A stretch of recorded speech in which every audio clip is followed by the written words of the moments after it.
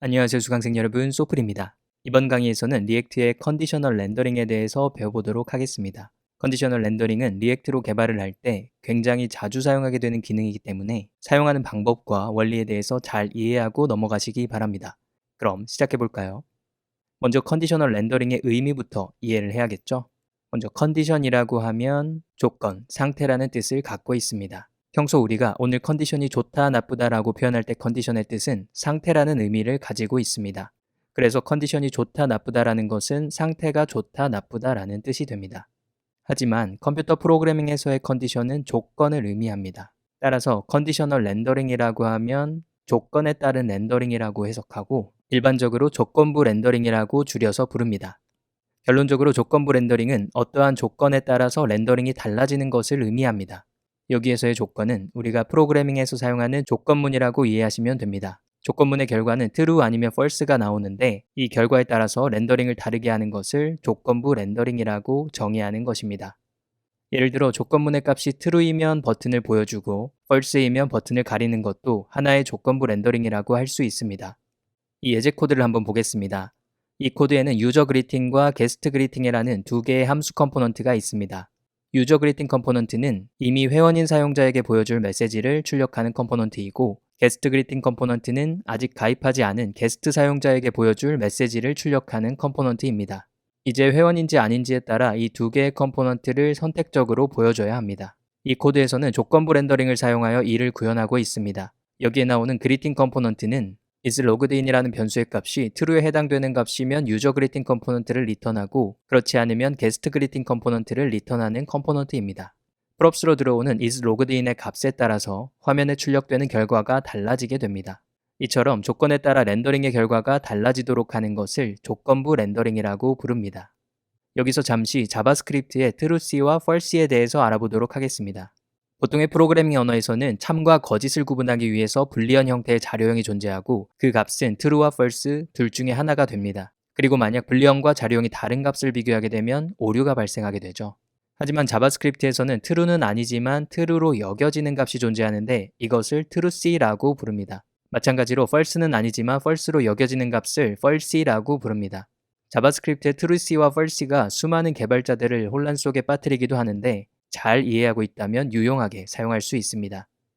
이 코드는 자바스크립트의 대표적인 trueC와 false 값을 나타낸 것입니다. 먼저 trueC 값으로는 true와 empty object, 그리고 empty array, 0이 아닌 숫자, empty string이 아닌 문자열이 있습니다.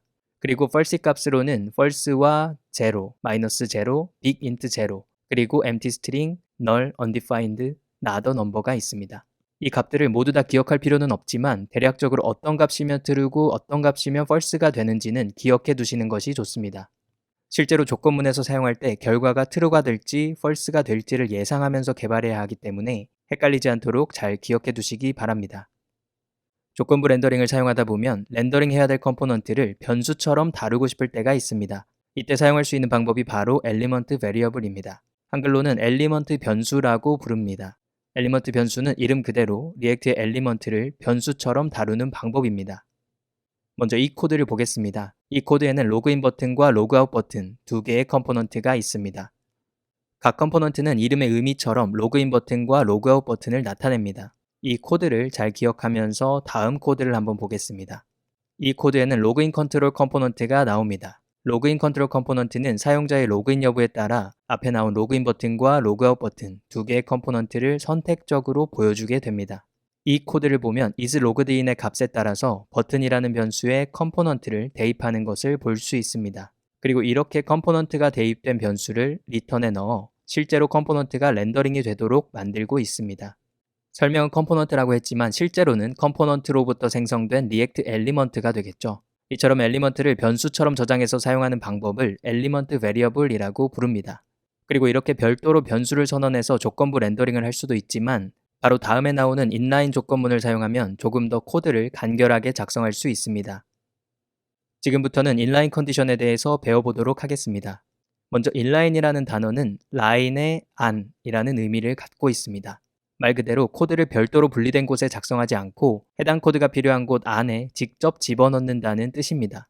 그래서 inline conditions라고 하면 조건문을 코드 안에 집어넣는 것이라는 뜻을 갖고 있습니다. 여기에서는 inline if와 inline if else 두 가지 조건문에 대해서 배워보도록 하겠습니다. 먼저 inline if는 if문을 필요한 곳에 직접 집어넣어 사용하는 방법입니다. 다만 실제로 if문을 넣는 것은 아니고 if문과 동일한 효과를 내기 위해 AND라는 논리 연산자를 사용합니다. AND 연산자는 우리가 흔히 로지컬 AND 연산이라고 부르는데 양쪽에 나오는 조건문이 모두 true인 경우에만 전체 결과가 true가 됩니다. 따라서 첫 번째 조건문이 true이면 두 번째 조건문을 평가하고 첫 번째 조건문이 false이면 어차피 전체 결과는 false가 되므로 두 번째 조건문은 평가하지 않습니다.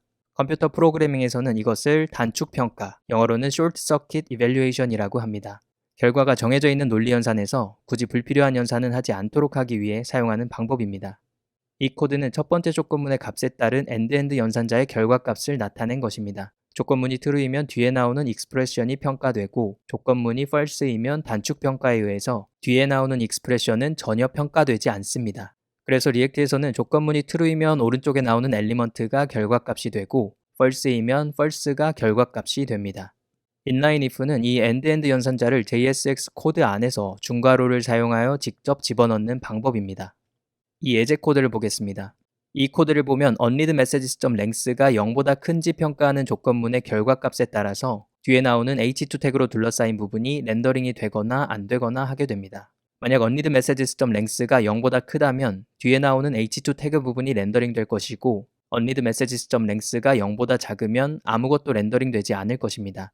AND 연산자를 사용하는 이러한 패턴은 단순하지만 리액트에서 굉장히 많이 사용하는 패턴이기 때문에 꼭 기억해 두시기 바랍니다. 그리고 여기서 한 가지 유의할 것이 있는데 AND 연산자를 사용할 때 조건문에 false expression을 사용하면 뒤에 나오는 expression은 평가되지 않지만 false expression의 결과값이 그대로 리턴되기 때문에 주의해야 합니다. 예를 들어 이 코드의 결과는 화면에 아무것도 안 나오는 것이 아니라 카운트의 값인 0이 들어가서 div 태그 열고 그 다음에 숫자 0, 그 다음에 div 태그 닫고가 됩니다. 다음으로 inline if else는 if else 문을 필요한 곳에 직접 넣어서 사용하는 방법입니다. inline if는 보여주거나 안 보여주는 두 가지 경우만 있었지만 inline if else는 조건문의 값에 따라서 다른 엘리먼트를 보여줄 때 사용합니다. 그리고 이를 위해서 사막 연산자라고 부르는 물음표 연산자를 사용합니다.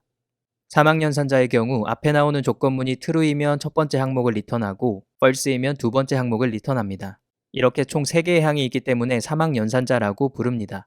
이 코드는 사막 연산자의 작동 방식을 나타낸 것입니다. 실제로 리액트에서 사용하는 형태는 다음과 같습니다. 이 코드에서 inline if else를 사용한 부분을 보면 props.isLoggedIn의 값이 true인 경우에는 login이라는 문자열을 출력하고 false인 경우에는 login하지 않은이라는 문자열을 출력하게 됩니다.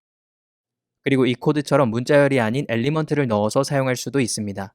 여기에서는 isLoggedIn의 값이 true인 경우에 logout 버튼을 출력하고 false인 경우 login 버튼을 출력하게 됩니다. 이처럼 inline if else는 조건에 따라 각기 다른 엘리먼트를 렌더링하고 싶을 때 사용합니다.